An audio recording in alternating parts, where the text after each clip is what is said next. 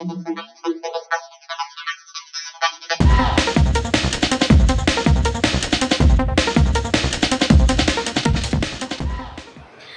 Friends, welcome to Ushni Shaldar blog. আশা করি তোমরা সবাই খুব ভালো আছো আর আমরাও ভালো আছি।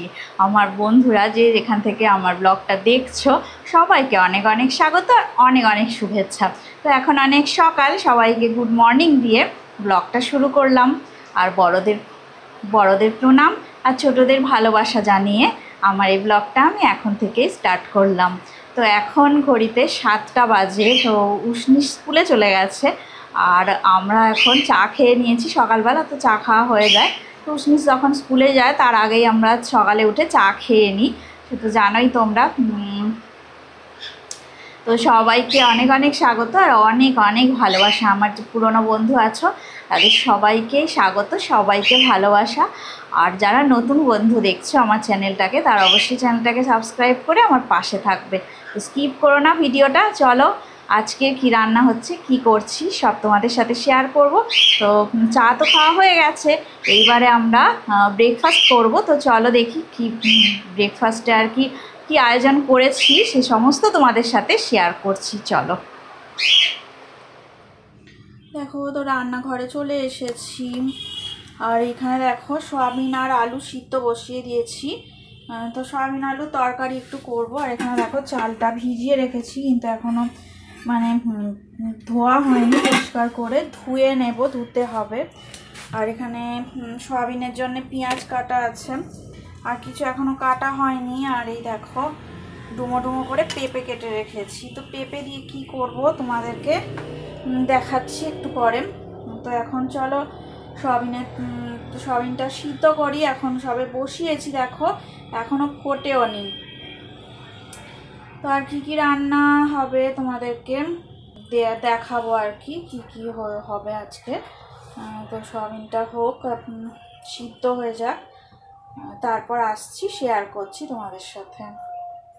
তো দেখো এখানে দেখো মুগ ডাল বসিয়ে দিয়েছি। আর এখানে দেখো পরিষ্কার করে সুন্দর করে দেখো টুকরো করে কেটে নিয়েছি এগুলো পেঁপে।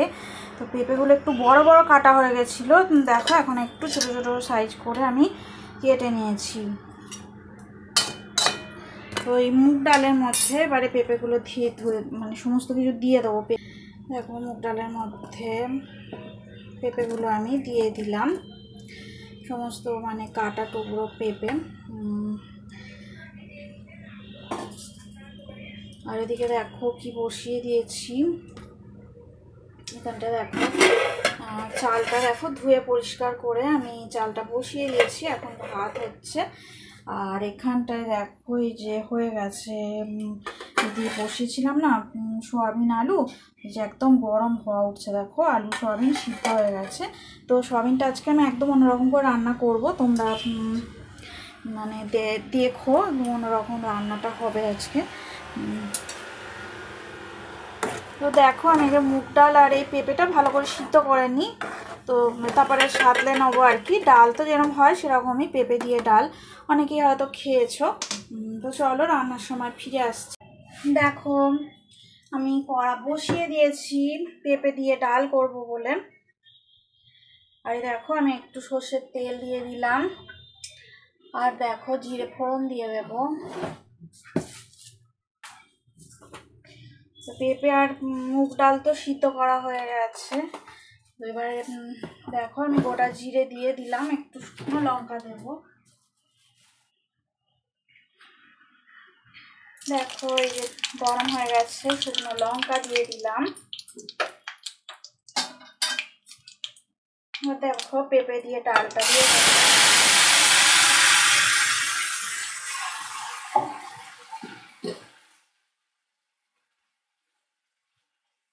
একটু আদা রসুন বাটা দিলাম, এবার হলুদ গুঁড়ো দিয়ে দিলাম।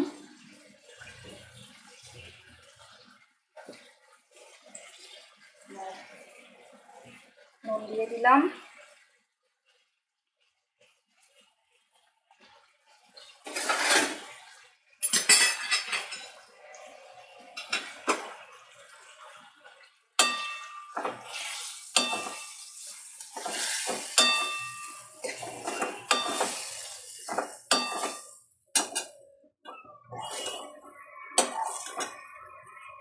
দেখো একটু জল দিতে হবে, জলটা না কম লাগছে, একটু দেখো জল দিয়ে দিলাম। সুন্দর দেখো হয়েছে পেঁপে দিয়ে ডালটা। এই আজকে আমাদের দেখো পেঁপে দিয়ে ডাল, আর ডালের সাথে একটু পাঁপড় ভেজে নেব, আর সেরকম কিছুই করবো না। তো পাঁপড় ভাজা আর এই সয়াবিনটা একটু অন্যরকম করে করব, দেখাবো তোমাদের সাথে, শেয়ার করব। তো চলো ডালটা হোক। তো দেখো এই মশলা পাঁপড় ভেজে নিচ্ছি।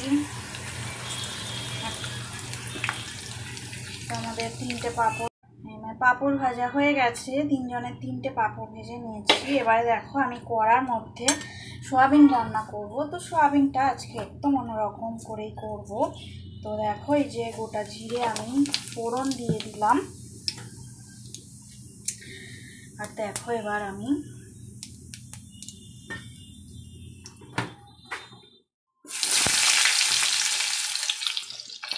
পেঁয়াজ কুচি দিয়ে দিচ্ছি।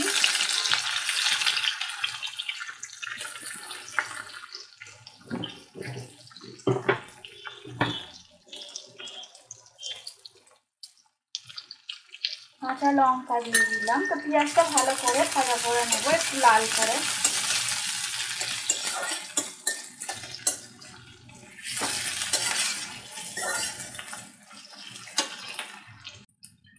এবার দেখো পরিমাণ মতো নুন দিয়ে দিলাম, হলুদ গুঁড়ো দিয়ে দিলাম, 1/2 চামচ আদা বাটা দিয়ে দিচ্ছি।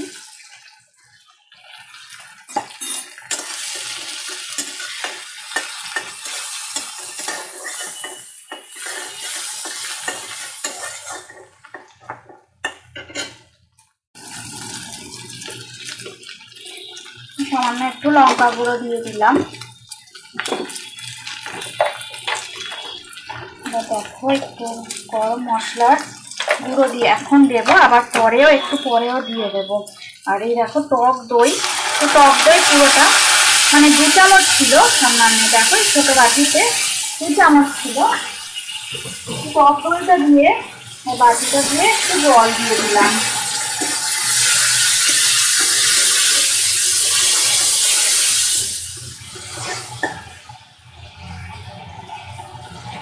এবার দেখো টমেটো কুচি দিয়ে দিলাম, একদম ছোটো করে টুকরো করে কাটা টমেটো।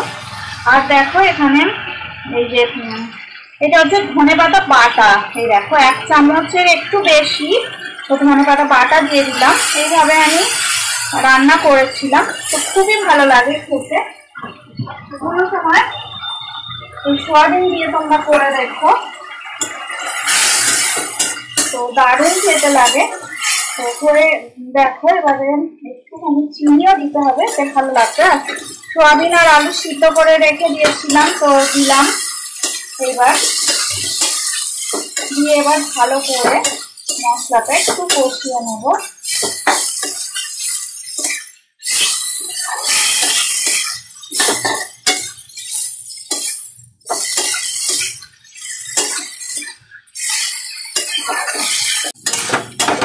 দেখো আমি একটু সামান্য জল দিয়েছি, আর কিছু ধনেপাতা কুচি দিয়ে দিয়েছি, আর একটুখানি চিনি দিয়ে দেবো। তো এই রান্নাটা একদম একটু কষা কষাই হয়, হলে ভালো লাগে, বেশি ঝোল হবে না। একটু সামান্য চিনি দিয়ে দেবো, অল্প করে, বেশি আমি দেবো না, একদমই সামান্য দিলাম। একটু ভালো করে শুকনো হয়ে যাক, তারপরেই আমি নামিয়ে নেব।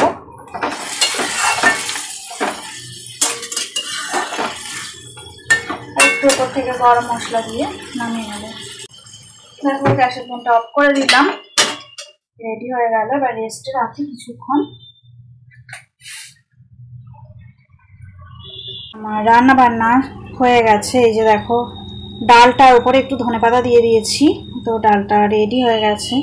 আর সোয়াবিন তো তোমাদের দেখালাম, খুবই গরম এখন। আর এই যে পাঁপড় ভাজা, আজকে এই ডাল পাঁপড় ভাজা আর সোয়াবিনের তরকারি। আর দেখো ভাতটা আমি এখনও মানে ফ্যান ঝাড়তে পারিনি, এখন খুবই গরম, একটু সবে নামিয়ে রেখেছি, একটু পরেই ফ্যানটা ঝেড়ে নেব। তো চলো রান্না বান্না হয়ে গেল আজকের মতো। উষ্ণি শেষে ব্লগটা এন্ড করো। যদি ভিডিওটা ভালো লেগে থাকে অবশ্যই লাইক করবে, সাবস্ক্রাইব করবে। সবাই ভালো থাকবেন, সুস্থ থাকবেন, আমাদের চ্যানেলে অবশ্যই থাকবেন। গুড বাই, টাটা সবাইকে। Good afternoon. এখন বাজে 1:30। আমাদের লাঞ্চ করা হয়ে গেছে। আজকে এখানেই ব্লগটা শেষ করলাম। পরের ব্লগে তোমাদের সঙ্গে দেখা হবে। টাটা।